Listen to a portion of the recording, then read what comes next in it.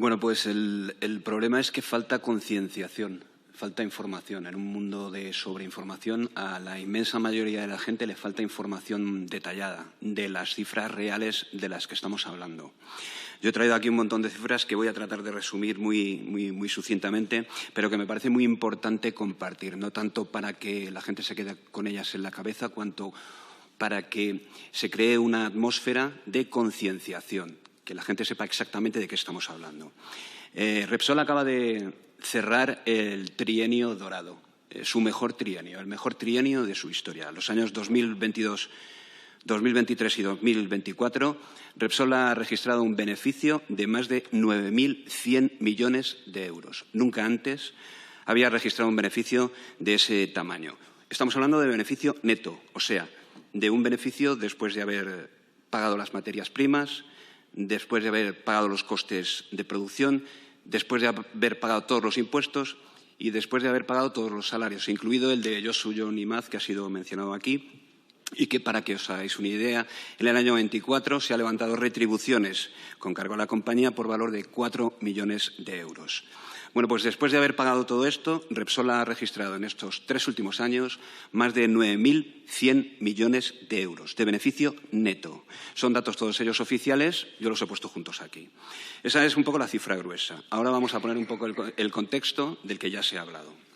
En el año 22, con el estallido de la guerra de Ucrania, sube enormemente el precio del gas, se dispara la crisis energética a escala global y el saldo que tenemos es el que tienen todas las crisis. Hay un ganador, que son las grandes compañías energéticas, los oligopolios, que no solo existen en España, sino también en otros países del mundo, y un perdedor, que es la ciudadanía, los trabajadores, las autónomas, las pymes.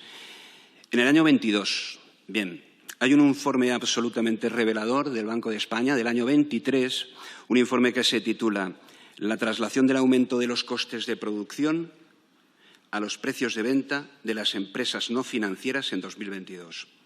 Lo que viene a estudiar es cómo las propias empresas energéticas también compran el gas más caro y cómo luego venden su producto final al usuario final. Banco de España, no estamos hablando de socialcomunismo. El informe en cuestión dice que las compañías eléctricas, los costes de producción de las compañías eléctricas entre 2021 y 2022 han crecido un 57%, enormemente. Pero es que el coste, el precio de venta de los productos energéticos que estas empresas comercializan con los usuarios finales no ha crecido un 57% en ese periodo, ha crecido un 89%, 30% más. Las energéticas compraron un 57% más caro, vendieron un 89% más caro.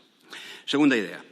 El Gobierno de coalición PSOE-Unidas Podemos idea entonces un impuesto extraordinario. Le llaman gravamen temporal energético del 1,2% sobre el importe neto de la cifra de negocios o ingresos ordinarios que declaran estas empresas. ¿Cuál es la cifra de negocio de Repsol en 1919, que se puede decir que es el último año más o menos normal, antes de la pandemia y antes de la guerra? Pues la cifra de negocio de Repsol, ingresos ordinarios antes de la pandemia, en el año 2019 es 52.000 millones de euros. ¿Cuál ha sido la cifra de negocio en 2022? 78.000 millones de euros. Volvemos a lo mismo, un 50% más. Yo no sé si muchos de los aquí presentes en esos 3 años han incrementado sus ingresos un 50%. Repsol sí. ¿Tiene sentido gravar esos ingresos extraordinarios? Hombre, doctores tiene la Iglesia, y no vendré yo aquí a predicar, pero en principio no parece muy descabellado. El impuesto aplica sobre la cifra de negocio de los años 23 y 24. Lo que se ha dirimido aquí en esta casa, en el Congreso, hace unos días era si se prorrogaba. Ha aplicado en los años 23 y 24.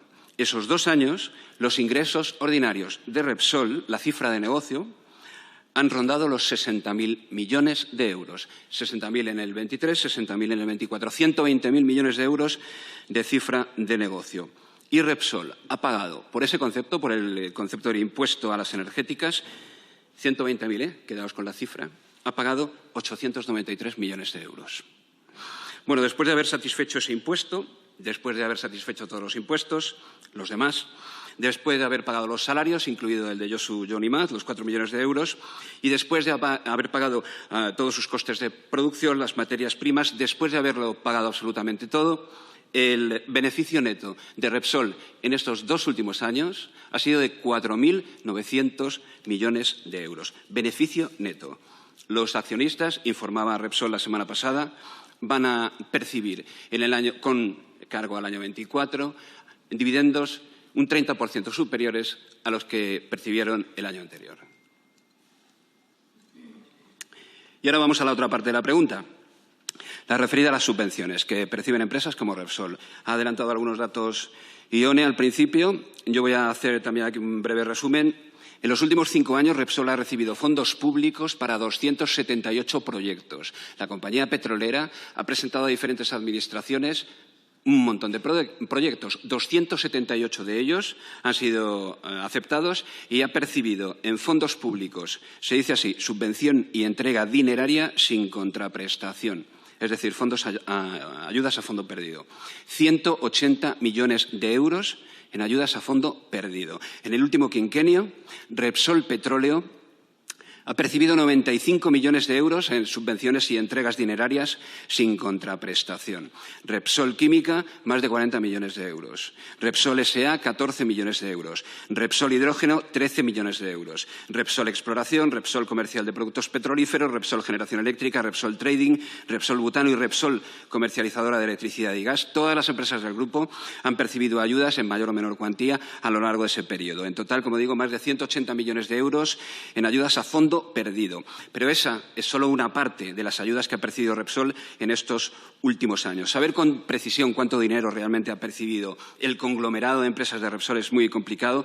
Nosotros hacemos lo que podemos. Alianza Verde y Podemos han presentado preguntas aquí en el Congreso un poco para saber la cuantía real de todas esas ayudas. Es muy complicado saberlo. En todo caso, en estos 2 últimos años, nosotros en la revista Energías Renovables venimos siguiendo este tema con bastante exhaustividad y puedo decir que en estos 2 últimos, no es exhaustivo, insisto que seguro que se nos escapan muchas ayudas, pero en estos últimos 2 años por lo menos, entre subvenciones y entregas dinerarias sin contraprestación, créditos en condiciones favorables y avales, estamos hablando, en estos 2 últimos años, de bastante más de 1.000 millones de euros. Ha citado algunos ejemplos Ione, yo voy a repetir alguno y voy a añadir alguno más. El Instituto de Crédito Oficial firmó en abril del 23 un préstamo de 300 millones de euros, para la evolución de las instalaciones industriales de Repsol en polos multienergéticos. 300 millones de euros de fondos públicos que ha percibido esta compañía, que, insisto, declara beneficio neto año tras año y no han recibido otras compañías que a lo mejor también habían presentado proyectos igualmente merecedores de esa ayuda. 300 millones de euros. Ese mismo mes de julio, en julio del 23, el Banco Europeo de Inversiones concedió a la petrolera un préstamo de 575 millones de euros para el desarrollo de proyectos renovables. Este verano pasado, también lo ha mencionado Ione, el Consejo de Ministros anunciaba ayudas directas por valor de más de 300 millones de euros a 2 proyectos de hidrógeno de Repsol, en Cartagena y en Muskiz, Vizcaya. En fin, la empresa que amenazó con deslocalizar sus inversiones si se aprobaba la prórroga del impuesto a las energéticas, esa misma empresa está percibiendo, a cambio, fondos públicos, ayudas públicas, por valor en estos 2 últimos años de más de 1.000 millones de euros, cuando en estos 2 últimos años el impuesto, el famoso impuesto, a ella le ha costado 800 y su cifra de negocio ha sido de 120.000 millones de euros. Repsol, y con esto acabo, acaba de firmar el mejor trienio de su historia. Nunca antes obtuvo tanto beneficio neto como el que ha registrado en estos 3 años que acaba de cerrar. Si no es ahora, ¿cuándo? Gracias.